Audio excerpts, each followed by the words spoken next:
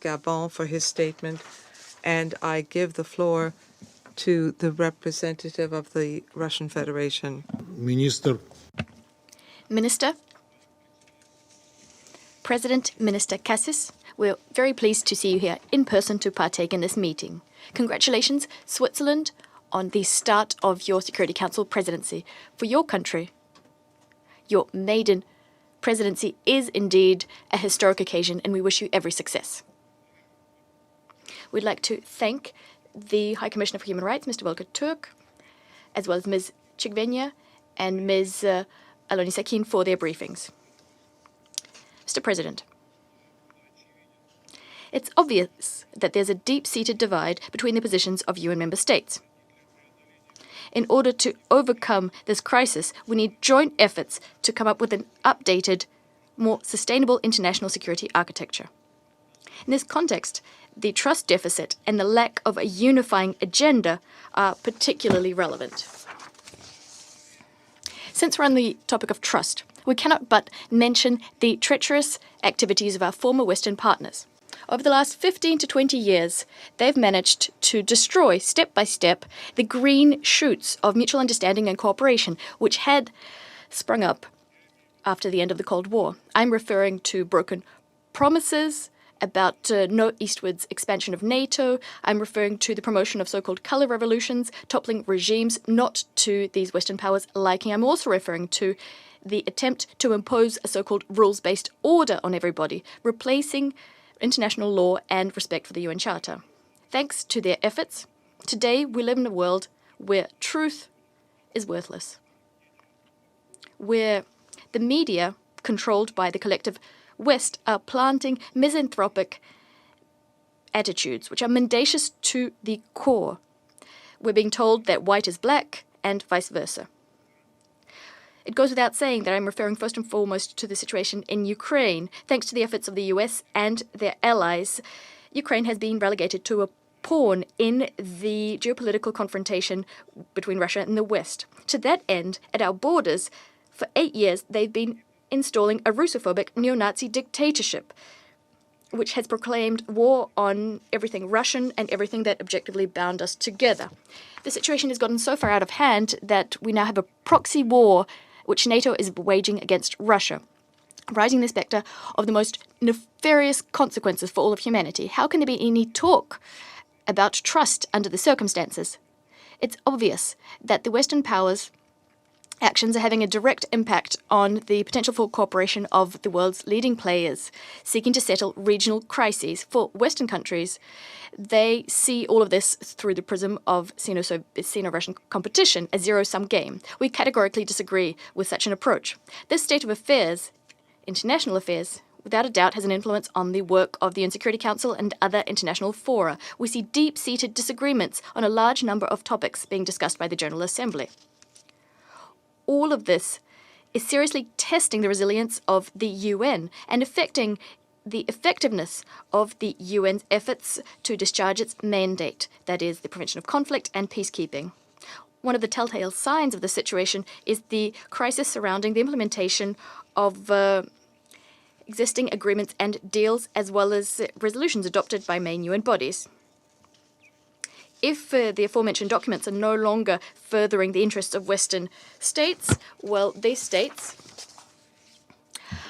are hushing up the fact that they aren't being implemented, the documents themselves being deemed irrelevant or simply rejected.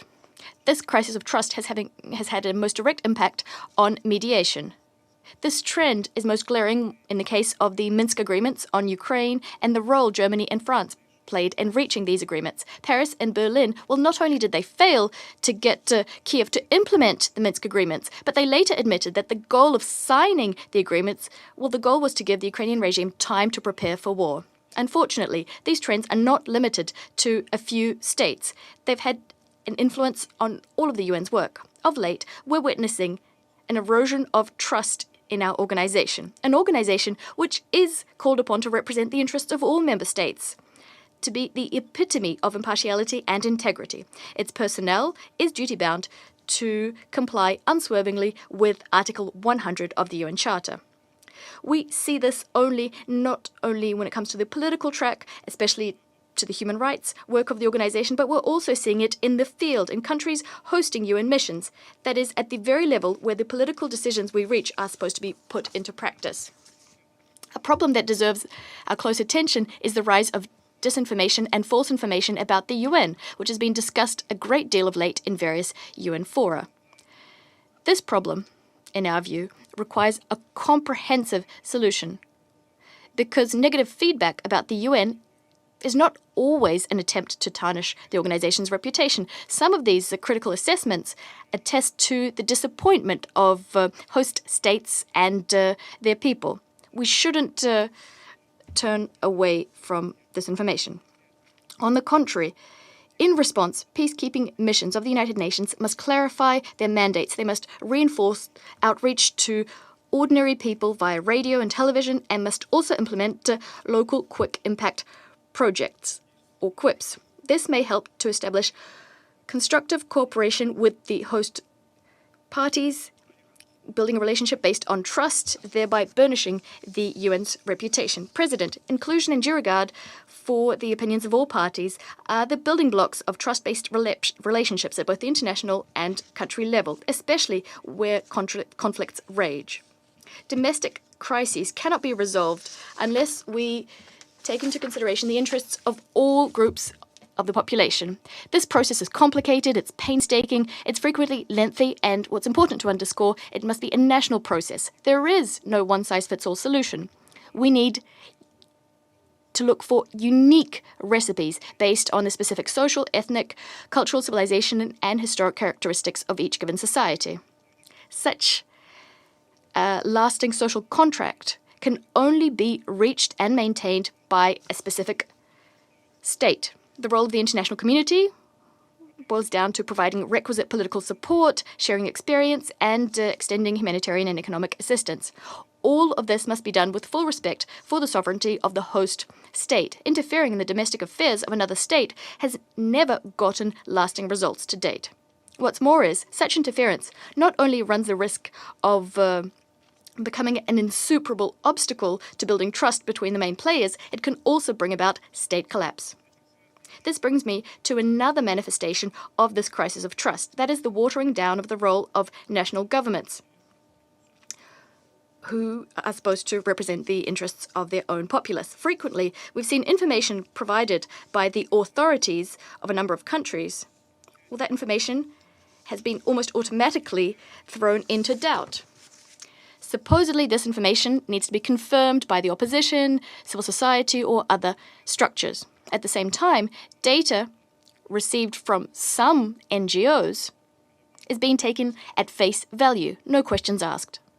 Furthermore, the more a given government tries to chart an independent course, often not to the liking of former centers of power or not to the liking of the self-styled world's policemen, the more blatant the use of the aforementioned approach.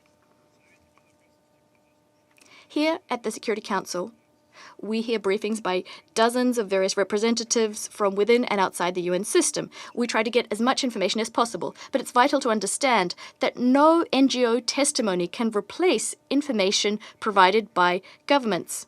Attempts to affirm the opposite is an attack on the intergovernmental nature of the United Nations. We stand convinced that a constructive role in assisting states' efforts to ensure the well-being and security of their citizens can be played by regional integration bodies, which know firsthand about the problems their members face.